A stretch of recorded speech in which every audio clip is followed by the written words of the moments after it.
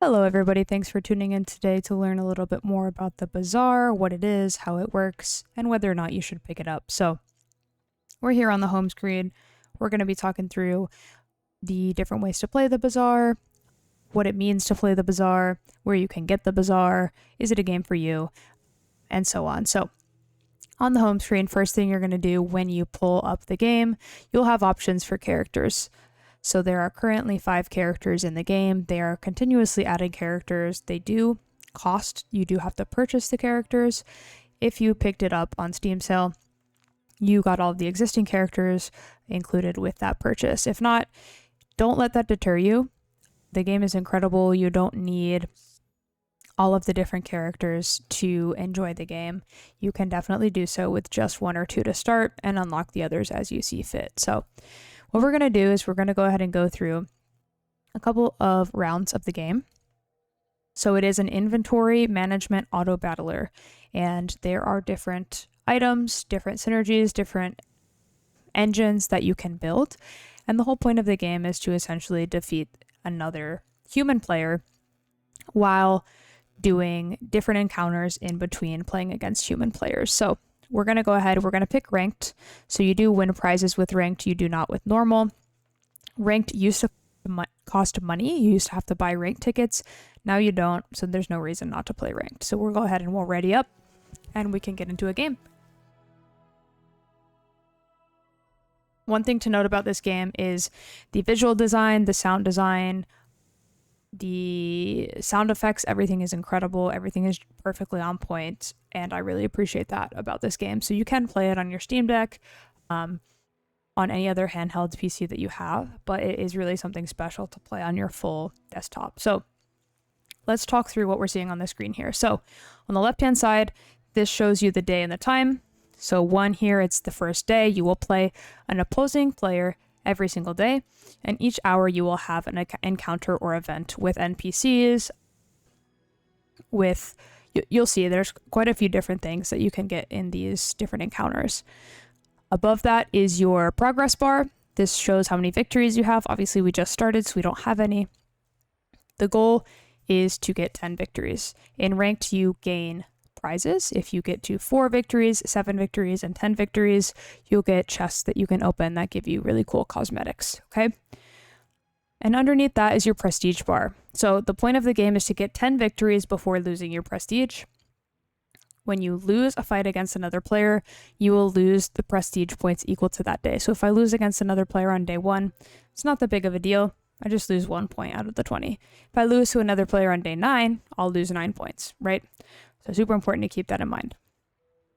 Down here on the left is my inventory.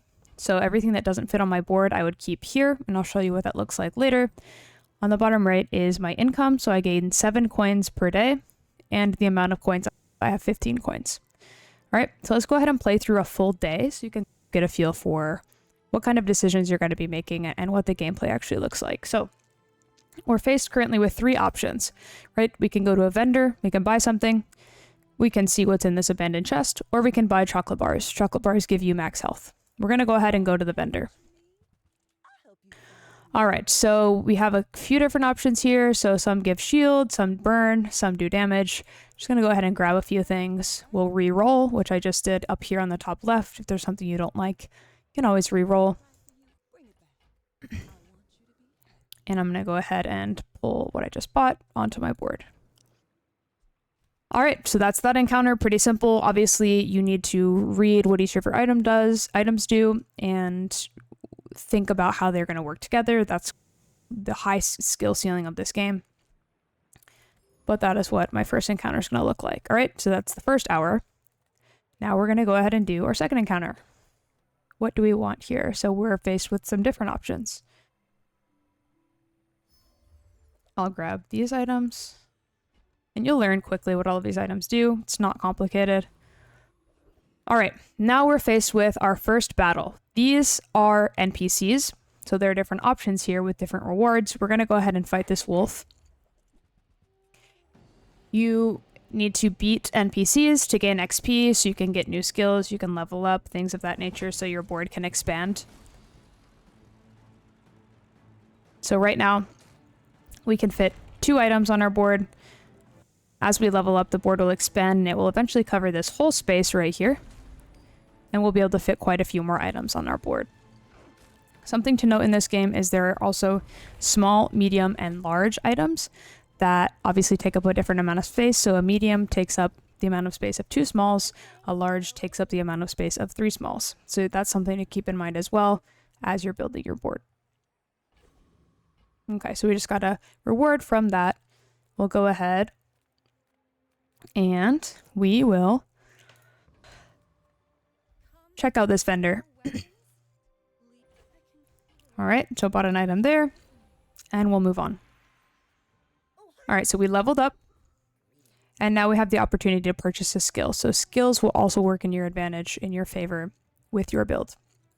So we'll go ahead and take the extra burn on our burn item, and go on to the next thing. All right, so we're at our next encounter. We are still in day 1. Let's go ahead. We don't have a lot of money, so let's go ahead and get some max health. All right, and now we are facing our first real opponent. So this is another real player that is in day 1, just like we are, and we'll be going up against them. I'm gonna go ahead and fill up my board. You wanna make sure your board is always full. No reason for it not to be. And let's see what happens. You want to help me test my designs?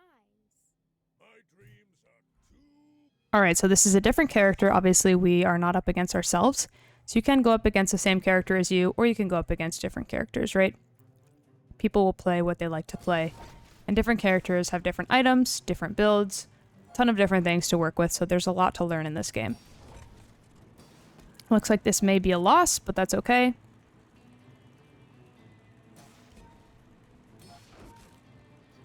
So if the battle lasts long enough, you will start to see a bar fill up here on the bottom. Yep, here it is. So it's filling up. When it meets in the middle, the sandstorm will start. And the sandstorm will damage both players equally until one is dead. So this prevents the round from lasting forever. So here we go. I'm going to lose because he has quite a bit more health than I do. We are losing health quickly now, and that is game. Okay, so that is what a player battle looks like. For that, I don't get anything. If I had one, it would have filled up one of these bars with blue here. But instead I lost a single prestige because again, it was day 1. So that's the idea here of the Bazaar. Really deep game. There's a lot to learn. It's really easy to pick up and get into quickly. You can learn some meta builds. You can see what other people are doing and work with some of those things. If you are going to pick it up, I definitely suggest learning one character in depth first. But it's a great game to just pick up, play when you want. I can leave right now in the middle of this run and come back and continue it because it all happens asynchronously. So definitely check it out. I do suggest it on the Steam Deck. I play it a lot on the Steam Deck. And let me know if you have any other thoughts, questions, comments, and I'll see you guys on the battleground.